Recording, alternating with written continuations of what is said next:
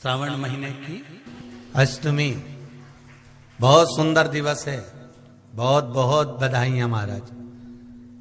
सोमवार की अष्टमी का मतलब आपको इंदौर की कथा में बताया था, जिस दिन शंकर और पार्वती के मिलन का दिवस हो, और केवल एक माता पार्वती के अकेले मिलन का नहीं, 64 योगनिया तक भगवान शंकर से मिलने के लिए आती है। जिस लड़के की शादी नहीं हो रही हो, सोमवार की अष्टमी पड़ने पर एक लाल फूल चंदन में लगाकर, जहां पर अशोक सुंदरी का स्थान है, उस अशोक सुंदरी वाले स्थान पर ले जाकर, अगर सोमवार की अष्टमी पड़ने पर लड़का या लड़की जिसका विवाह नहीं होता वो चढ़ा देता है, मात्र 3 महीने में उसका विवाह पक्का हो जाता है। मात्र 3 महीने। अशोक सुंदरी का स्थान शिव। बहुत तकलीफ है और नहीं हो रहा काम, बहुत दिनों से लगे हो, नहीं हो रहा। हरा मूंग ले जाओ, मूंग के दाने तो रहते हैं घर में, केवल 31 मूंग के दाने लेकर जाइए, 31 चावल के दाने लेकर जाइए और 31 ही बेलपत्र लेकर जाइए। जिस दिन सोमवार की अष्टमी हो, कौन से दिन?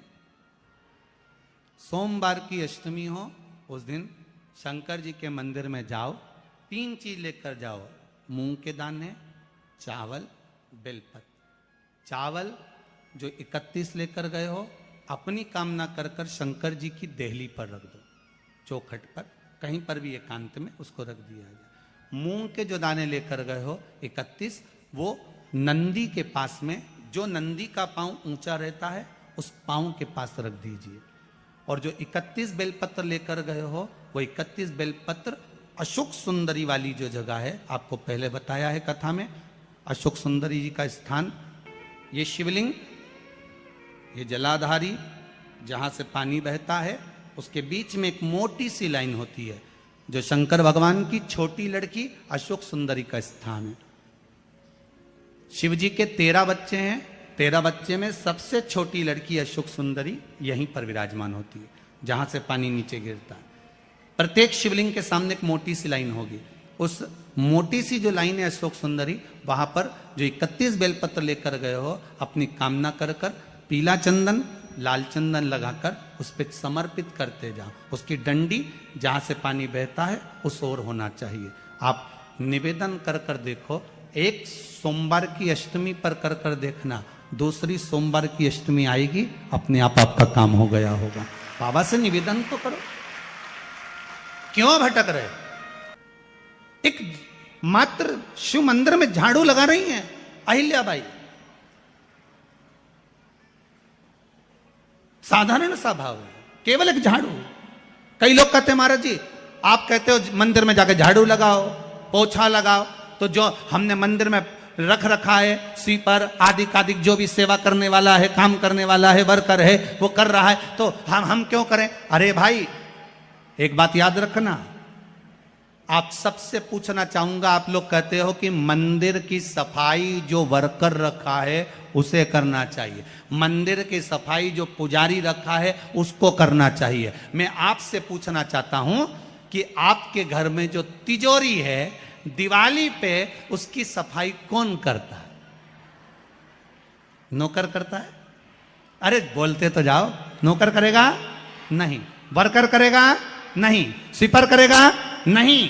तिजोरी की सफाई कोई दूसरा नहीं करता, तिजोरी की सफाई हमें करना होती है। उसी तरह मंदिर की सफाई ना पुजारी करे, ना कोई वर्कर करे, जो दर्शन करने जाए वो करे, क्योंकि ये तिजोरी है हमारी, ये तिजोरी है हमारी, यहां से हमें मिलता है, ये मेरा देव अधिदेव महादेव देता है। और धतूरे का फूल,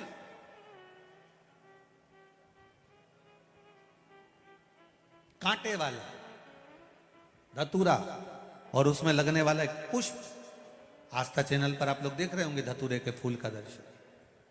धतूरा और धतूरे का पुष्प, छोटा सा पौधा है, ज्यादा बड़ा नहीं है, कांटा लग रहा है, धतूरा लग रहा है, और उसमें भी साधारण धतूरा नहीं, जिस धतूरे के नीचे की डंडी लाल कलर की होती है, अगर वो सोमवार की अष्टमी को देव अधिदेव महादेव को समर्पित करी जाती है, तो उसके घर में कभी संपदा की कमी नहीं होती है।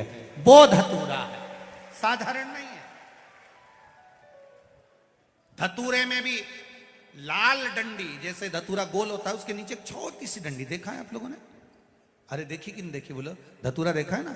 धतूरे के अंदर एक नीचे छोटी सी डंडी होती है, जब तोड़ोगे तो वो डंडी का कलर अगर लाल है, वो डंडी का कलर अगर लाल है, और कभी हम तो कहेंगे जैसे बड़ी बीमारी जिसको हो जाती है, लीवर, किडनी, कैंसर आदि आदि बड़ी बीमारियों से जो जूझ रहा होता है, प्रयास करो, प्रयास महामृत्युंजय का जाप कर कर, महामृत्युंजय का स्मरण कर कर, एक लाल डंडी का धतूरा प्रयास करना, एक धतूरा मिल जाए या 5 धतूरे मिल जाए किसी भी एकांतेश्वर महादेव पर, जो शिव मंदिर एकांत में हो, जहां कोई जाता आता नहीं हो। वैसे तो अब बहुत मुश्किल है कि ऐसा मंदिर मिल जाए जहां कोई जाता आता नहीं हो। पहले की बात दूसरी है, अब बात दूसरी है।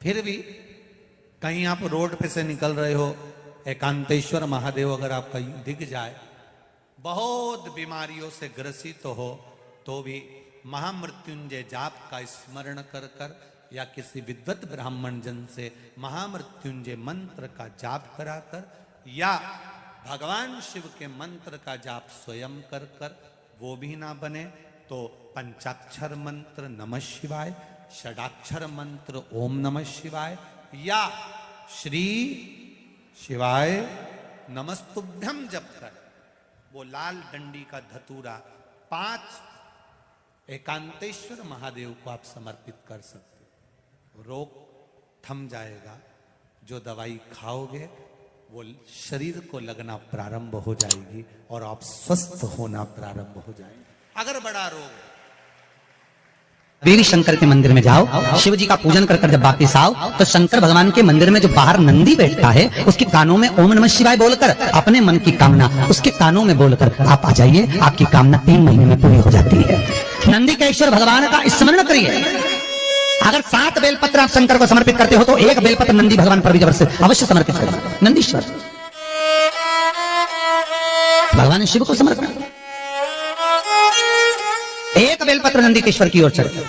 और बहुत ध्यान दीजिए महाराज, अगर कोई काम अटक रहा है, नहीं हो रहा, बहुत प्रयास करा, तो भगवान शंकर के मंदिर में 5 बेलपत्र चढ़ाइए। और शंकर भगवान की जो छोटी लड़की है अशोक सुंदरी, आपको बताया था ना अशोक सुंदरी का स्थान, भगवान शंकर की 6 लड़कियां हैं, उसमें से सबसे छोटी लड़की अशोक सुंदरी की जगह पर 1 बेलपत्र चढ़ाइए। फिर 1 बेलपत्र नंदीकेश्वर पर चढ़ाइए। और नंदीकेश्वर पर चढ़ाने के बाद भगवान शंकर के मंदिर के बाहर चौखट पर दिया लगा दीजिए साइड में, और फिर अपने घर पर आ जाइए, आपका कार्य सफल होना प्रारंभ हो जाएगा। नंदीकेश्वर भगवान नंदीकेश्वर का स्मरण कर लेने पर जीव आनंद सुख की अनुभूति करता है, आनंद सुख को पाता।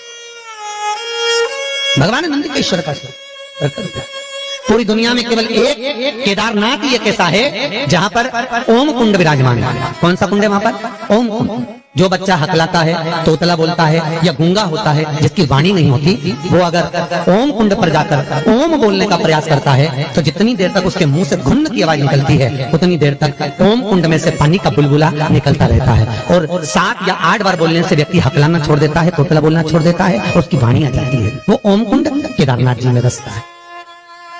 कहां बसता है? केदारेश्वर।